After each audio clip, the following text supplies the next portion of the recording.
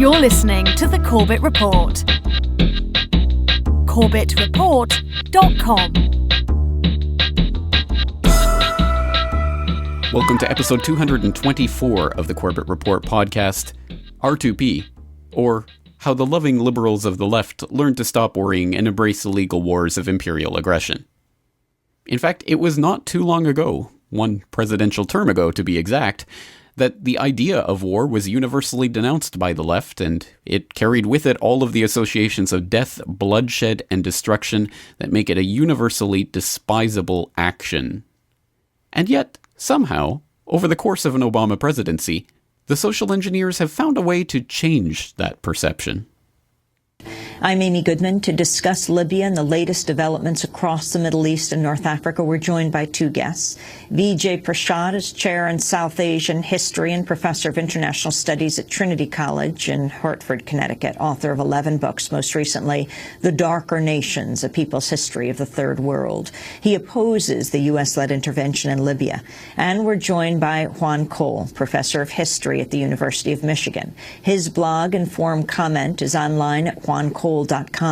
His most recent book is called Engaging the Muslim World. Professor Cole, you support the U.S.-led intervention in Libya. You wrote about it in a piece called An Open Letter to the Left on Libya. Professor Cole is joining us from Ann Arbor, Michigan. Lay out your argument for intervention, Professor Cole. Well, intervention is always a problematic thing, and it could go badly wrong, I have to admit, from the outset. But you had a situation in Libya which was pretty peculiar. The uprising was a popular uprising. You had crowds coming out into the streets in downtowns, in Zawiya, in Zuwara, in so many of the cities of that country. In Benghazi, you had very substantial numbers of the officer corps defecting to the crowds, declaring for them. And it was chaotic and it was not well coordinated, but it was nationwide. And I would estimate that at its height, the people had thrown off Gaddafi's rule in something on the order of 80 to 90% of the country. And mostly, it was done nonviolently. And then the Gaddafi sons, who command these special forces, and the tank commanders, made an attempt to put this down. And they did it in the most brutal way possible. They mounted tanks, 30, 40, 50 tanks, sent them into the downtowns of places like Zawiya, and they just shelled civilian crowds, protesters. They shelled buildings. They brutalized people over days until they scared everybody and put them down. And then they sent secret police around to round up alleged ringleaders and reestablish secret police rule. And they did this in town after town after town. And then they started rolling the tanks to the east, and they were on the verge of taking the rebel stronghold, Benghazi. And there certainly would have been a massacre there in the same way that there was in Zawiya, if it hadn't been stopped at the last moment by United Nations allies. Mr. Obama not making an Oval Office address to the nation. Mr. Obama repeatedly stressing the limited nature of U.S. involvement, promising there will be no ground troops in Libya, no matter what, leaving the overall question of an intervention until a UN Security Council resolution could be passed on the subject, and then actually following the UN Security Council's decision, the White House overtly acknowledging and making widely known that it sees France and Britain and Arab countries as in the lead here. The U.S. waiting until there was a clear international consensus before doing anything on our own, and letting other nations make this more their war than our war. Ever since this operation began, there have been many questions, and we've been among those asking them. What's our ultimate goal here? Is President Obama doing the same thing President Bush did, but by not seeking authorization for the war? Is this a split-the-baby approach that cannot work? Did we go in too late, or did we rush in too early without thinking it through? Now, I think these are all legitimate questions, but don't worry. Tonight, I have the answers. First, let me start by saying that after much deliberation, I have concluded that President Obama took the right course of action. Sigh. Yes, friends, the exact same broadcasters who just a few short years ago were railing against the wars of imperial aggression across the globe taking place under the George W. Bush administration are suddenly all on board when it's the Barack H. Obama administration doing the exact same thing. And the Cenk Uygurs and the Rachel Maddows and even the Amy Goodmans will be happy to parrot all of the lies and justifications for such a war coming out of the White House. And suddenly all of their listeners and viewers are being asked to believe that the dropping of bombs on the heads of civilians is in fact actually a wonderful thing that's being done for freedom and democracy and all of those things that under President Bush were self-evidently lies. But under Barack H. Obama, it must be true. Yes, I see it now. I see it so clearly. It's bombs for peace. It's destruction for creation. It's arms for disarmament. You know, actually, this sounds like something that I've heard before. We have no ambition in Iraq except to remove a threat and restore control of that country to its own people. Well, yeah, there was that. But I'm thinking of something a little bit further back in time. My fellow Americans, today our armed forces joined our NATO allies in airstrikes against Serbian forces responsible for the brutality in Kosovo. We have acted with resolve for several reasons. We act to protect thousands of innocent people in Kosovo from a mounting military offensive. We act to prevent a wider war, to defuse a powder keg at the heart of Europe that has exploded twice before in this century with catastrophic results. And we act to stand united with our allies for peace. By acting now, we are upholding our values, protecting our interests, and advancing the cause of peace. Yeah, it's along those lines, but still further back. We know of their deep belief in God, and we are confident that their struggle will succeed. That land over there is yours. You'll go back to it one day because your fight will prevail and you'll have your homes and your mosques back again because your cause is right and God is on your side. Well, how could we forget that one? But no, there's still something a little bit further back in history that I recall along these lines of bombs for peace and all of that. Oh yeah, I remember now. The Ministry of Truth, Mini-True in Newspeak, was startlingly different from any other object in sight. It was an enormous pyramidal structure of glittering white concrete, soaring up terrace after terrace, 300 meters into the air. From where Winston stood, it was just possible to read, picked out on its white face in elegant lettering, the three slogans of the party. War is peace, freedom is slavery, ignorance is strength. Well, all kidding aside, there certainly is something to be said for the Orwellian feats of doublethink that are required to make an entire group of people who otherwise would be totally, vehemently, and diabolically opposed to such military interventionism, and to take that class and turn them absolutely into pro-war warmongers, hawks, if you will. That there certainly is something underlying this. There is a philosophy, there is an underlying ideology here, and unfortunately what I'm about to show you today is that this is all leading in an inevitable historical progression, and I hope to be able to lay out the breadcrumbs in a way that you'll be able to follow the path and see where this is all going, and I don't think it doesn't take a Tesla to put the pieces together and to really understand what's going on here. And they do call themselves the progressive liberal left, and perhaps there is something to be said for that, because there is, I suppose, one way in which we can see some sort of progression in the course of Western civilization over the past millennia or so, because certainly 1,000 years ago, the kings and queens who presumed to be able to rule over their subjects with an iron fist and presumed to have the right to do so because it was given to them by God, didn't really have to have much of a justification at all for why they were sending a nation to war. They basically just had to say, rally around me, rally around the king or queen and your country and fight and die. And many people did go off to fight and die in such wars of, well, quite open imperial aggression.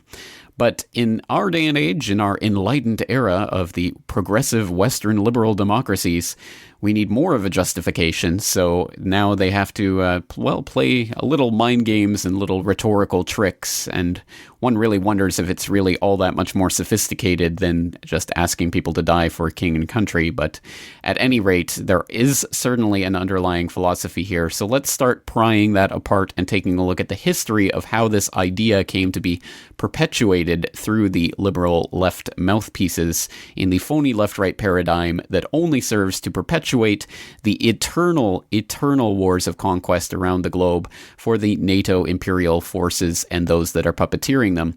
And you'll notice the wars don't change, the wars don't stop, the wars just change locations, and there's different faces on the boogeymen, but they keep going on no matter left or right. Just another example, if anywhere needed, that the left and right is a complete and total charade. But if you're listening to this podcast, you already know that. At any rate, let's start breaking down the history of the underlying principle of this newfound humanitarian love for dropping bombs on innocent civilians. And this goes back to something that has really taken shape in international jurisprudence over the past decade.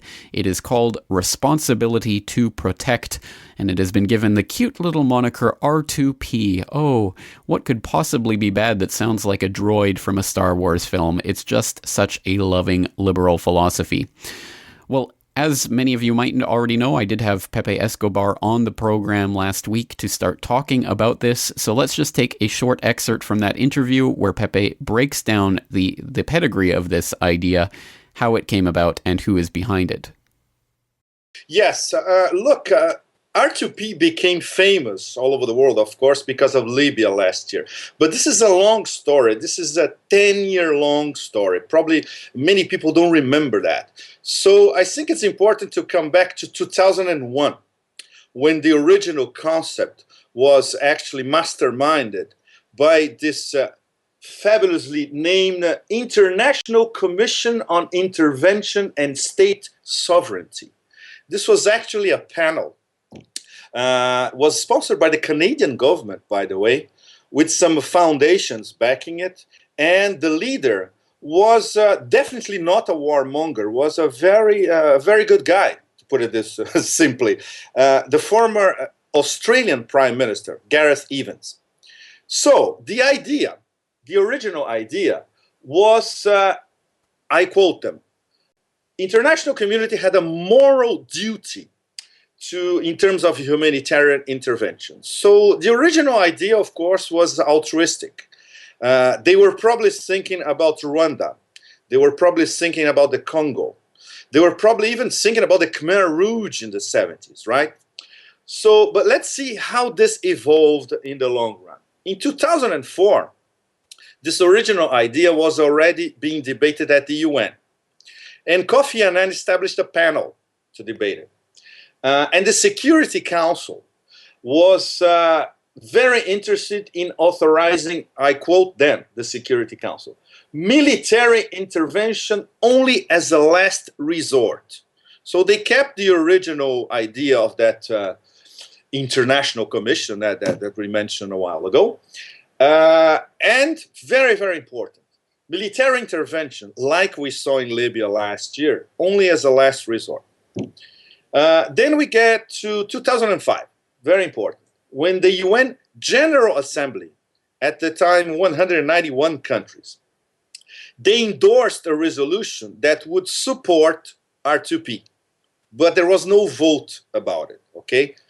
Very important, always considering that no military intervention was in the cards. And finally, in 2006, the UN Security Council, only the 15, the five plus the other non-permanent members, they voted a resolution number 1674. And this resolution was basically the core of R2P, involved in protecting civilians in armed conflict and protecting civilians from, I quote them again, genocide, war crimes, ethnic cleansing, and crimes against humanity. So if we look at this timeline, it looks very altruistic and very humanitarian. But the thing is, how major foreign powers were going to use this carte blanche from the UN Security Council. This didn't happen in 2007, 2008, 2009, but it happened in 2010, but it happened in 2011. This didn't happen, for instance, in late 2008, early 2009, when Israel invaded Gaza, bombed Gaza, and killed at least documented 1,400 people, including a lot of women and children. Nobody talked about R2P. But last year, with how can I describe Libya? With that mix of forced intervention, indigenous movement, military coup, you name it, fill in the blanks. They saw an opening. And when I say they, I mean especially 3 of the 5 permanent members of the Security Council, the US, Britain, and France. We have analyzed extensively, including you, James, in your reports, all the hidden reasons and all the different agendas for intervention in Libya. But in the case of applying R2P, there were 3 people who were instrumental in regimenting the US support and trying to convince other members that this was the way to go in 2011. I call them the 3 graces. Hillary Clinton, US Ambassador to the UN Susan Rice, and Special Advisor to President Obama, Samantha Power, who was very close to Sergio Vieira de Mello when Sergio was at the UN. Sergio was the special envoy to Iraq when he was killed in Baghdad in 2003. So these 3 graces, they organized the media push, the one message for the Obama administration, the talks between the US, the European, especially Britain and France, and other members of the Security Council at the time, especially Arab members, and of course the Persian Gulf monarchies. So they sold the world the idea that they would intervene in Libya to prevent a humanitarian massacre that was not documented, and we later discovered was not happening. The notion that major powers like the US or even lesser powers like Britain and France, that they conduct their foreign policy based on humanitarian principles is an absolute joke. And the proof was last year in Libya. Well, excellently said, excellently documented, and I think if you take nothing else out of today's episode, it should simply be that little history lesson on where this idea comes from and what's really behind it and how it really played out in Libya. But let's continue digging in and getting some more of this on the record, as it were. And of course, I will throw in a link in the documentation section for today's episode at CorbettReport.com to that document that Pepe Escobar was talking about there, the report of the International Commission on Intervention and State Sovereignty, issued in December of 2001 and entitled, simply enough, The Responsibility to Protect.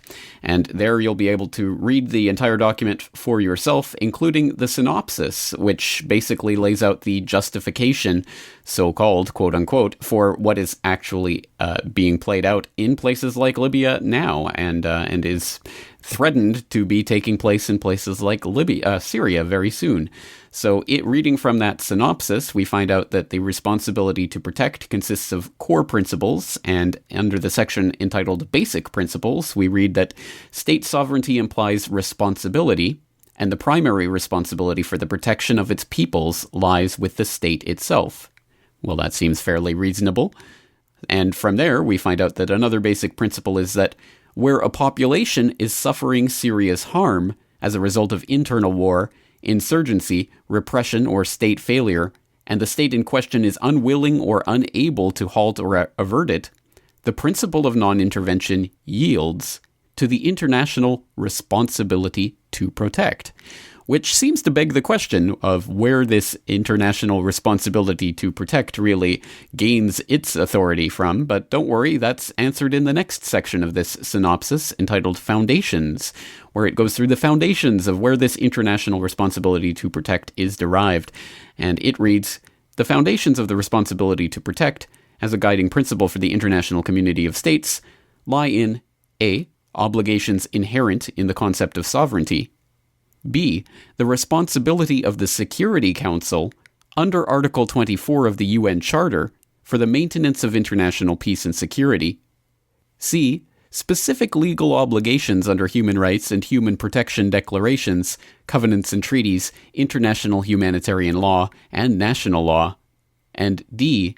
The developing practice of states, regional organizations, and the Security Council itself. Which still tends to beg the question if you ask me, because once again, they are claiming to derive this authority to act internationally and transgress the boundaries of a sovereign nation based on the fact that the Security Council is given a UN charter for the maintenance of international peace and security. I don't know about you, but I'm not exactly a signatory to that document, so I'm not sure why it should have anything to do with me or any nation presuming to be able to represent me. And since I have no sway or say over the Security Council or its actions in any way, shape, or form, it doesn't seem like a very good system of world governance to me. But moving on in this document, let's find out what the elements of this are. What are the actual ramifications of this responsibility to protect? And there are threefold given in this document. A, the responsibility to prevent, to address both the root causes and direct causes of internal conflict and other man-made crises putting populations at risk. B, the responsibility to react, to respond to situations of compelling human need with appropriate measures, which may include coercive measures like sanctions and international prosecution, and in extreme cases, military intervention. C, the responsibility to rebuild, to provide, particularly after a military intervention, full assistance with recovery, reconstruction, and reconciliation, addressing the causes of the harm the intervention was designed to halt or avert. So, we have hitherto been dancing around the issue, but here it's presented quite plainly that military intervention is certainly on the table and within the scope of this responsibility to protect, however sugar-coated in mealy-mouthed political phrases about humanitarian concern it may be.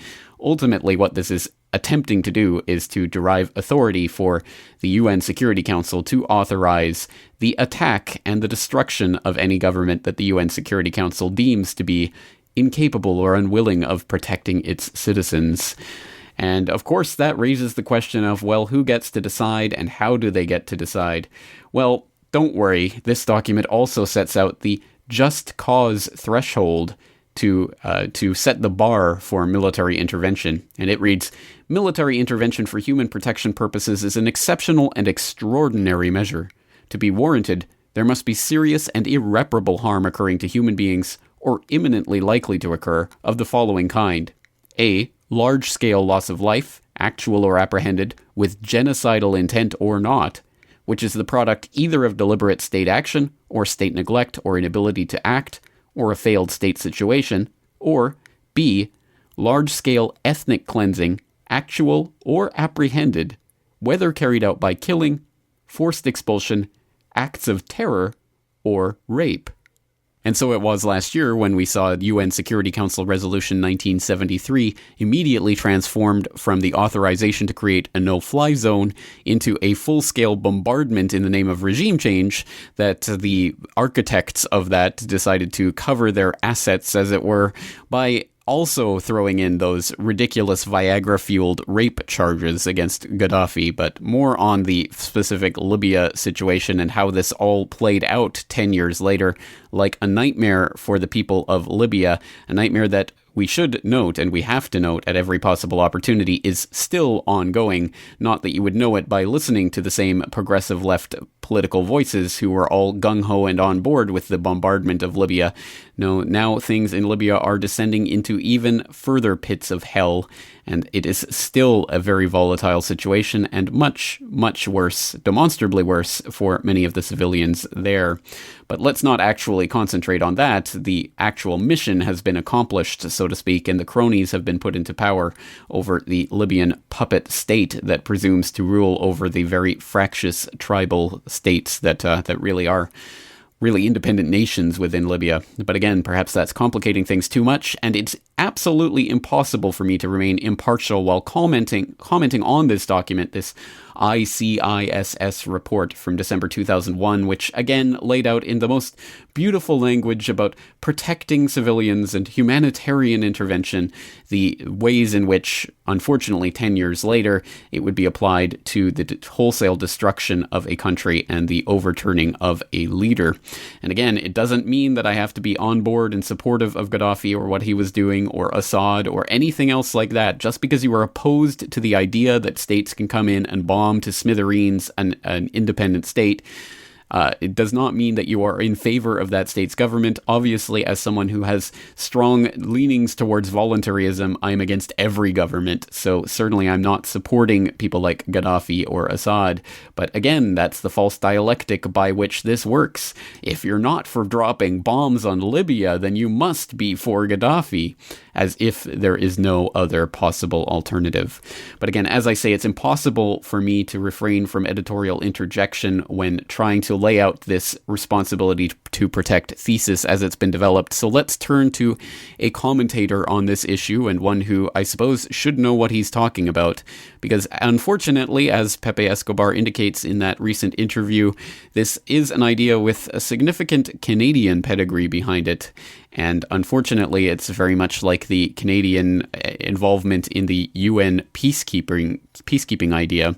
And although the Canadian government likes to pay for propaganda advertising on Canadian TV about heritage minutes, touting these great moments in Canadian history, including, of course, the creation of the UN peacekeepers as part of a Canadian-led initiative at the United Nations, while leaving out the fact that the peacekeepers have been involved time and time again with rape, pillaging, pimping, and kidnap of people in place after place around the globe that they are sent to protect. But leaving that aside, at any rate, yes, Canadians are also very much behind this responsibility to protect doctrine, this wielding of imperial might and conquest in the name of soft, loving, liberal humanitarian intervention. And so it is that we're going to listen to an excerpt from a Joan B. Kroc Institute for Peace and Justice Distinguished Lecture Series by the distinguished lecturer Lloyd Axworthy, the former Minister of Foreign Affairs in the Jean Chrétien Canadian government and the current president of the University of Winnipeg, and a former Bilderberg attendee, surprise, surprise, delivering a 2005 address about this responsibility to protect doctrine and why it is so important for the international community to get on board with it. But then we hit Kosovo. And we knew all the reports coming in. You saw the kind of stuff that ethnic cleansing was taking place, no question about it. And we danced the diplomatic minuets, we had meetings all over the place, and we hit the question that at the Security Council we couldn't get an agreement to intervene because the Russians were going to veto. So you know the rest of the story. We went to NATO and we got engaged, and eventually we got stopped the killing, and slowly and fitfully have started the rebuilding of that country from the kind of divisions that the boundaries had created for so long. I didn't like what happened. We committed. I was asked by the Prime Minister to recommend to my cabinet whether we should get involved or not, and we did. Because I felt that I couldn't, with any honesty, stand up for a human security principle if I wasn't prepared to ultimately be faced with the choice of the ultimate use of force to protect people. You know, it's like a cop on the beat. The worst time to come is when they call your cards, and are you prepared to use it? But I didn't like the fact there were no rules. The decision was ad hoc. It bypassed the United Nations, so there wasn't a collective judgment. It did go into a NATO, which was, after all, a military alliance. And so I established a commission called the Commission on Intervention and Sovereignty with the approval of the Secretary General, and we got a number of countries involved, and a number of major U.S. foundations helped support the research. I think it was a real attempt to come to grips, going back to what I talked about, trying to get a hold of a new idea about how it could work in a way that would refurbish and rehabilitate the somewhat tattered position that the UN and we had all fallen into.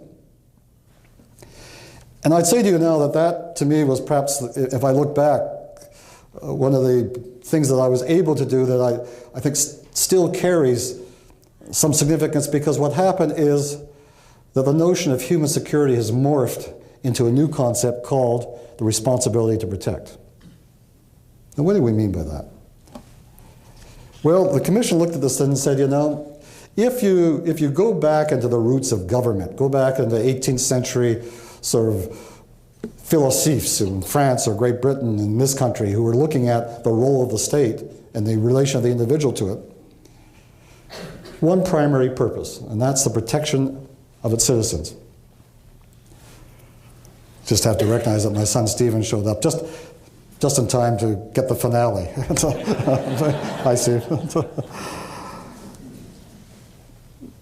And what they're saying is, you know, how do we extend that fundamental responsibility to protect into a global domain?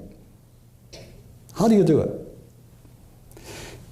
They came up with a formula, and that said if a state, if a government is incapable of protecting its own people, just doesn't have the wherewithal, it's a failed state, it's a, you know, it runs the presidential palace and there's nothing beyond it. If there's a failed state, or if the government itself won't protect its people, or if the government of the state itself is the predator, is the one that's actually doing the killing or the cleansing, then the international community has a responsibility to protect. We turn sovereignty on its head. We basically say sovereignty is not a prerogative of the state, it's an earned right to provide protection for the citizens of a state, and if it doesn't fulfill that responsibility, that mandate, then there has to be some way of ensuring the protection takes place. And this doesn't mean some willful, capricious, let's walk in where we want to go. It means setting up a very high threshold of test. It's got to be genocide, it's got to be real murder, it's got to be real cleansing. It doesn't go in because you sort of make up reasons for it. There's got to be a real severe test, a clear, objective, hard-nosed test. There's got to be a collective decision-making on it. You also have to make sure that the means are appropriate to the crime.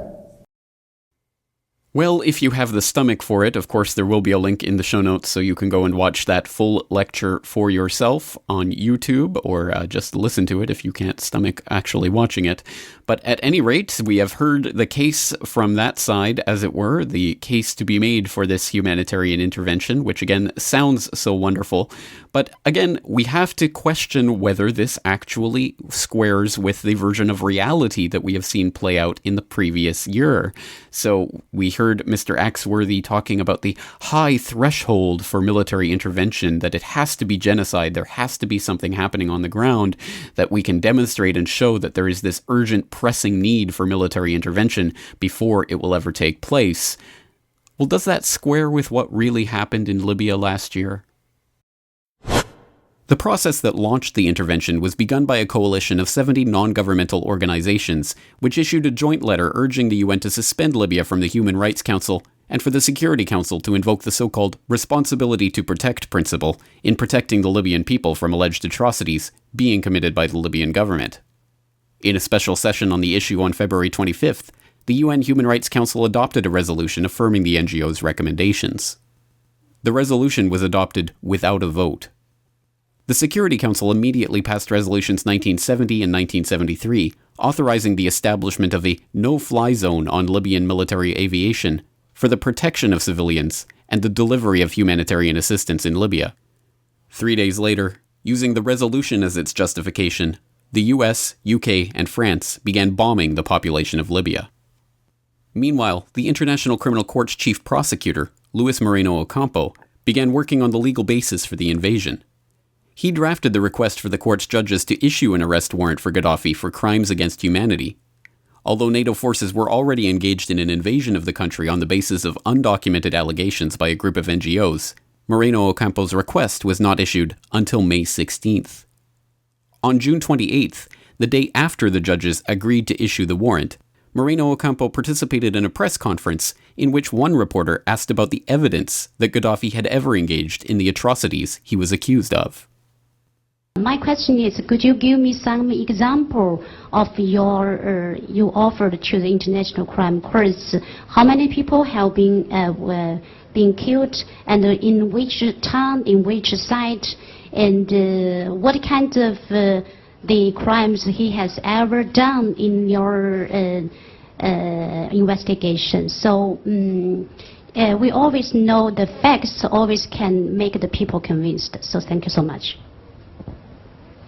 I advise you to read the application of the prosecutor's office, many pages, I think it was 77 pages. We describe in detail the facts, most of it is public, and the judges also decided, analyzing the evidence. So, of course, we are prosecutors and judges, so we rely on facts. So we prove the crimes.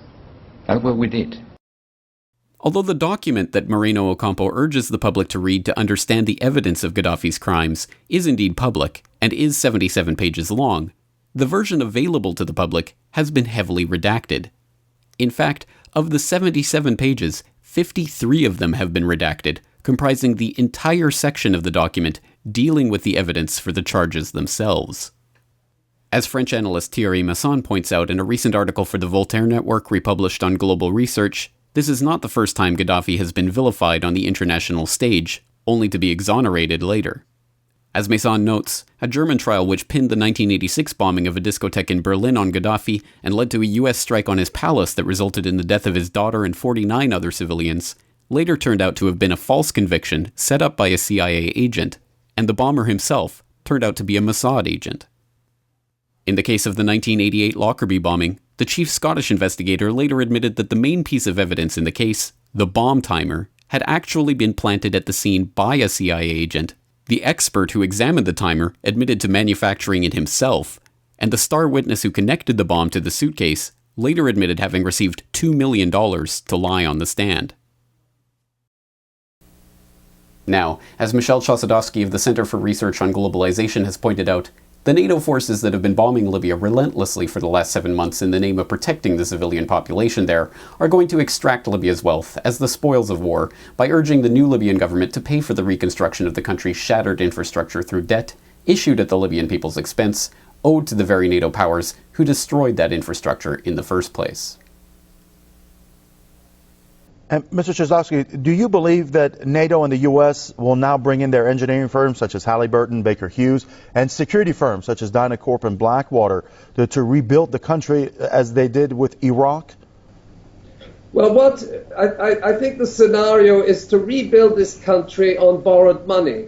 In other words, what we're going to have are the donors and creditors will come in and say, we will lend you money, but in fact, all the money, all the financial assets of Libya have been confiscated. Libya wouldn't have needed anybody to come and rebuild. But the irony is that you go into a country, you bomb its infrastructure. I mean, we're talking about water, food distribution, roads, transportation, health, educational facilities, government buildings. 10,000 strike sorties, and then you come, it's a very cynical statement, we come in and we will rebuild what we have destroyed. We will reconstruct what we have destroyed. And that destruction was the direct result of United Nations Security Council 1973, or at least its interpretation, which then gave NATO the green light to go and bomb the country. And it will be done with borrowed money, and of course the security firms, the mercenary companies, the big construction firms will come in. And, of course, part of this agenda is ultimately the privatization of Libya's oil reserves, which constitute approximately 3.5% of global oil reserves. Well, I think given that, it's pretty safe to say that Mr. Axworthy's speech was a load of poppycock, to use the broadcast-friendly term. But again, I don't think that should come as a surprise to us, especially when we consider that it is his side of the political spectrum that has openly and wantonly acknowledged that the killing of 500,000 Iraqi children in the pursuit of the change of regimes of Saddam Hussein that the US government suddenly found it was no longer in favor of was absolutely worth it. We have heard that 500,000 children have died. I mean, that's more children than died in Hiroshima. And you know, is the price worth it? I think this is a very hard choice, but we think the price is worth it. So I think we should take the humanitarian pronouncements of these loving, liberal, progressive left politicians with a slight pinch of salt when they talk about humanitarian intervention in the name of saving the very types of children that they were killing in other countries for the gross misfortune of having been born in the wrong place at the wrong time. But let's examine this further then. This is demonstrably a load of BS, and it is being propagated and promoted so heavily that there must be some greater agenda behind this. What is the real endgame of this responsibility to protect doctrine and the establishment in international law of this idea that there can be this mechanism for moving in against other countries? Well, certainly, I think it doesn't take a Tesla to put the pieces together. We don't have to scratch the surface very hard to figure out what's going on here.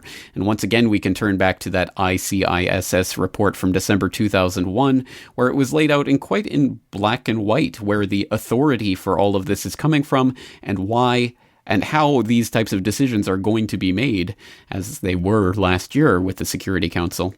We get this from a section of that synopsis that we were reading earlier called Right Authority, where it says, "There is no better or more appropriate body than the United Nations Security Council to authorize military intervention for humanitarian protection purposes. The task is not to find alternatives to the Security Council as a source of authority, but to make the Security Council work better than it has. Security Council authorization should in all cases be sought prior to any military intervention action being carried out. Those calling for an intervention should formally request such authorization, or have the Council raise the matter on its own initiative, or have the Secretary General raise it under Article 99 of the UN Charter. The Security Council should deal promptly with any request for authority to intervene where there are allegations of large-scale loss of human life or ethnic cleansing. It should in this context seek adequate verification of facts or conditions on the ground that might support a military intervention.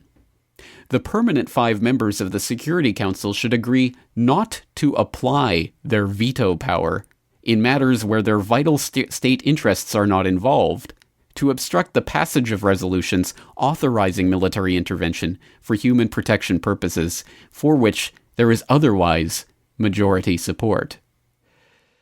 Again, you can go and continue reading that section of that synopsis of the document, but that's a pretty staggering thing to put in a document like that the 5 Security Council permanent members should relinquish their right to use their veto power in cases where their national state interests are not involved in objecting to the military intervention in another country. That's a pretty putting the gauntlet down on the table, and that was one that was recently picked up, as we'll get into shortly. But where am I going with this? Am I suggesting that the idea of the establishment of this responsibility to protect doctrine is nothing other than a mask for world governmental structures to be formalized and to be strengthened? Wow, what a conspiracy theory. No one's going to believe that. In other words, the whole point about R2P, responsibility to protect, was that we were basically redefining the notion of the boundary, of sovereignty. Saying it doesn't stop ceasing. We're not talking about some kind of fantasy of world government. We're saying, of course, states have to exercise their responsibilities, but if they don't or can't or won't or are themselves are the violator of the basic rights of people to live in a freedom from fear and the right to exist, then somebody has to do it. But it's got to be done by rules of law and by proper process and by making sure that it is not an abuse of exercise. And this is not some abstract, some academic exercise of hypothetical simulations. Boy, this is real. Because the issue of intervention, of when and who and how goes in to influence the affairs of another state, is probably the most critical and difficult conundrum that we face in this new century of ours. And it's not easy to answer. I'm not saying that I'm coming up here with a fully described and widespread consensus on what we're going to go. It is debatable. There are still many of those who will simply say we should exercise no restraints on our sovereignty. We have a right to do what we want within our own boundaries. We have a right to do what we need to do to protect ourselves on our own boundaries, which is where the whole issue of boundaries gets tied in with this issue of the borderless world that we live in. It's also, and I just give you this caution because I think it's important for an institute such as this and this university, which is clearly committed in terms of its willingness to engage in these issues. The responsibility to protect is the core principle behind the high panel on UN reform that was tabled just in December, which will form the basis of a major debate about the reformation of the United Nations system in the future. We finally recognized, that that old organization that was the brainchild of the Second World War, of Franklin Roosevelt and those who put the charter together, has served a purpose, but it wasn't dealing with the world the way it was. It lost enormous credibility over Iraq. It has been besieged by challenges of corruption in the oil for food program.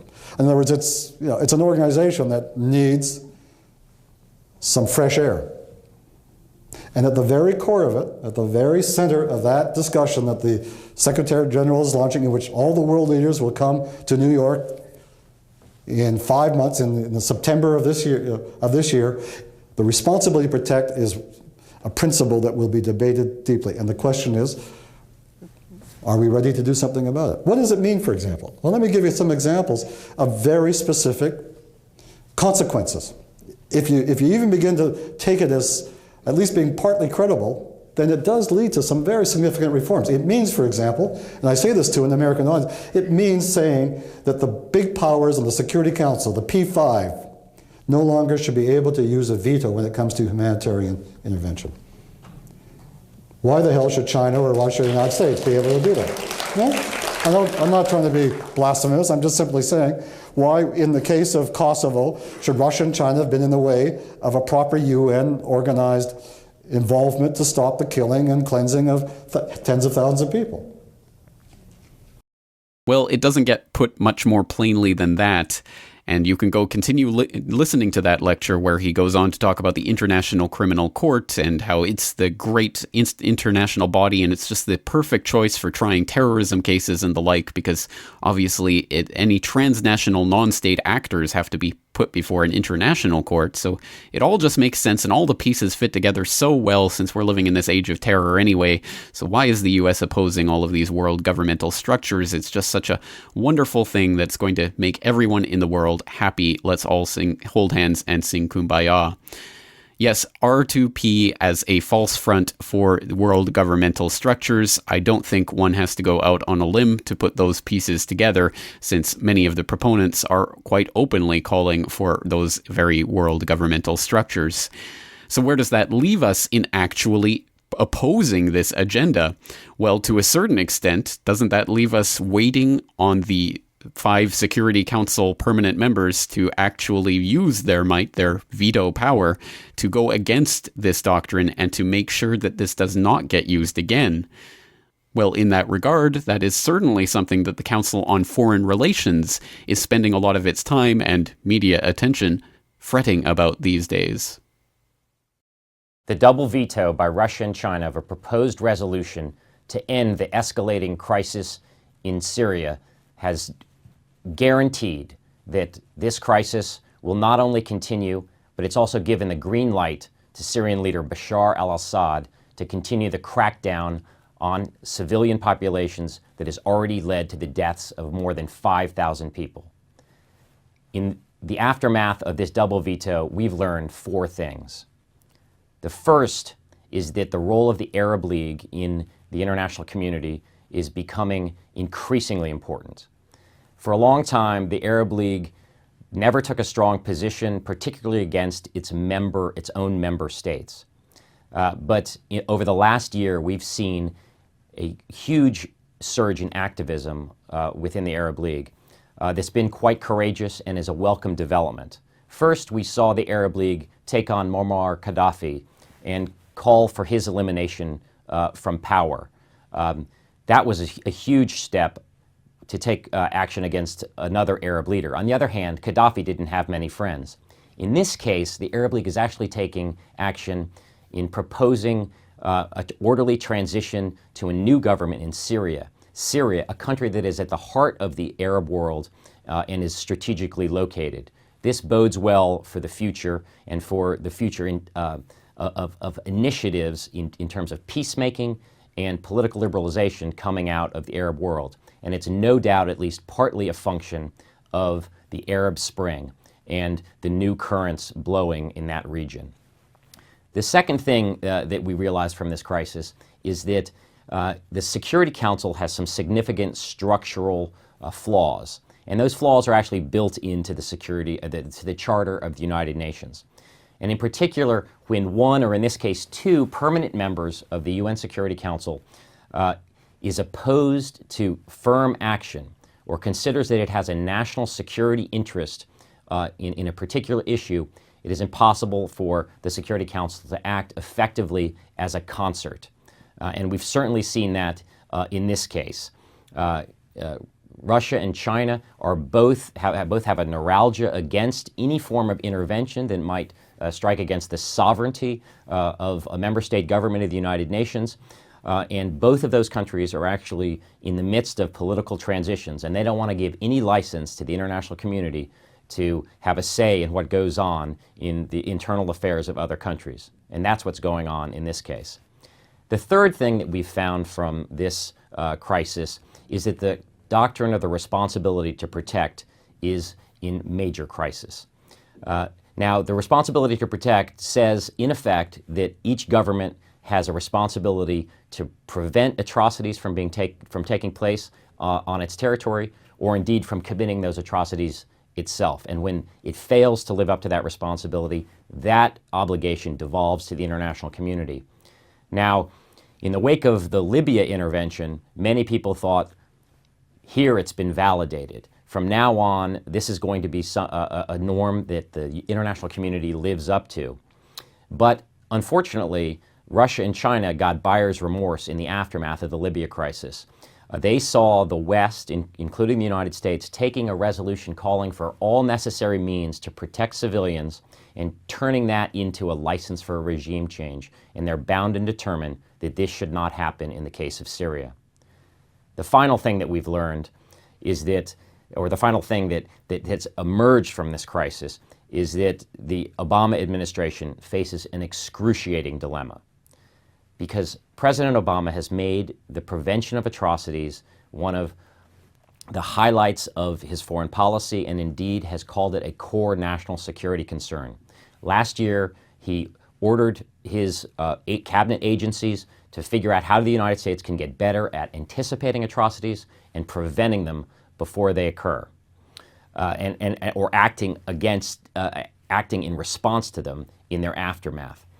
In this case, the president has already declared that Assad in Syria has lost his legitimacy to govern, the same language he used in discussing Gaddafi last year. The question is, what is the United States going to do about it? There's really only one option if President Obama wants to get more coercive, particularly if we're talking military force. And that is to look at the model that the United States adopted in Kosovo in 1999. And that was to organize, in this case through NATO, a surrogate form of multilateral legitimacy to intervene into that country.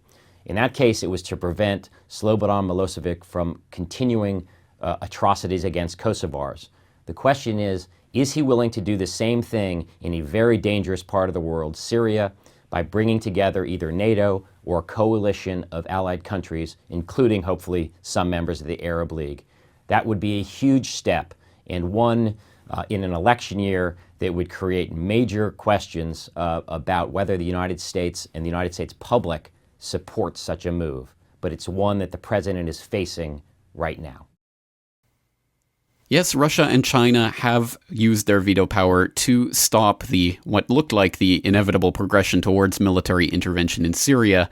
And to some extent, thank heavens that they did, because absolutely we are very much on the brink of a repeat of the Libya situation in Syria, as people who have been listening to my work for any length of time undoubtedly already understand, and as the Russian and Chinese governments undoubtedly understand. But once again, I don't think that this can possibly be the ultimate solution to what we're facing. We can't just put our faith in Russia and China being some sort of benevolent counterbalance to the malevolent NATO power bloc that is trying to use this doctrine as a stick to go after those states that it wants to carve up on the geopolitical chessboard.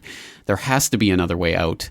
And ultimately, once again, I think this comes to us at our level doing what we can to withdraw ourselves from the system, because once again, we are in this beast system, this NATO warmonger imperialist aggression system that's dropping bombs in our name, and more specifically using our tax dollars to do so. And it rests on us supporting the corporations and the banking structure and all of these things that have been set up to feed on us as it uses our wealth to expand itself around the globe. And again, it's a big interlocking system, and we are a part of that system. And we may not have the ability to decide what happens or doesn't happen at the UN Security Council, and we may not be able to affect things on that level in an immediate manner. But we can control what we do with our time, with our resources, and our attention, and we can start to withdraw ourselves and boycott that system that is the problem. And when we start to take our power out of the national governments that are presuming to have the authority to tell us what to do, and delegitimize that process, that inherently delegitimizes the international process. And once again, this isn't going to be a simple solution. It's not going to be a silver bullet, and there's not going to be an easy answer to any of this. We're not going to be able to topple this system of increasingly global control that's been being set up for decades, if not generations now, just with the flip of a switch. But again, we have to start getting off the system and off of the grid and stop feeding it with our time, money, and resources, because ultimately that is what is feeding this system, and that is what is ultimately underlying the perpetuation of these wars. So in some sense, if you find yourself agreeing with me on this matter, it really doesn't matter if we are the only two people in the world who share this viewpoint. It doesn't matter how many people on the otherwise anti-war, quote-unquote, left suddenly find themselves in the thrall of the Obama administration and find themselves all gung-ho for dropping bombs on the brown people in when it's done in the name of humanitarian intervention. It doesn't matter if you're the only person on the planet who believes that this is all wrong. Anyone who is in any sort of minority but still has the truth is still in the moral majority. And we have to spread this information to others and withdraw ourselves from the system that is doing this. And on that note, that's all for today. I am your host, James Corbett, thanking you for joining me and asking you to join me again next week for another edition of the Corbett Report. Let me just close with an old, going back to university, I acquired a new technology myself. I learned to read.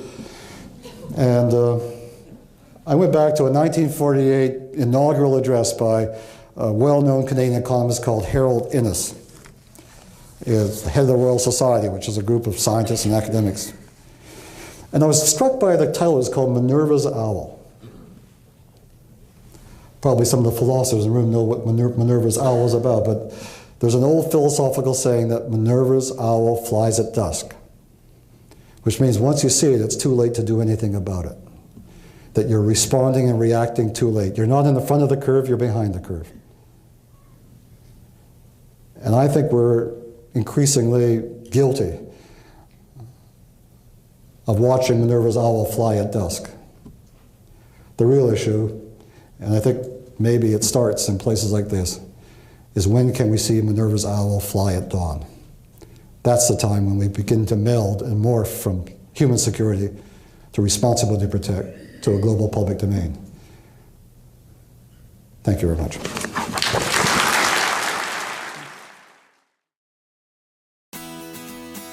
The Corbett Report is brought to you by the Corbett Report subscriber, a weekly newsletter featuring James Corbett's International Forecaster editorial, recommended reading and viewing, discounts on Corbett Report DVDs, and once a month, a subscriber-only video. Sign up today to start receiving your copy at corbettreport.com/support.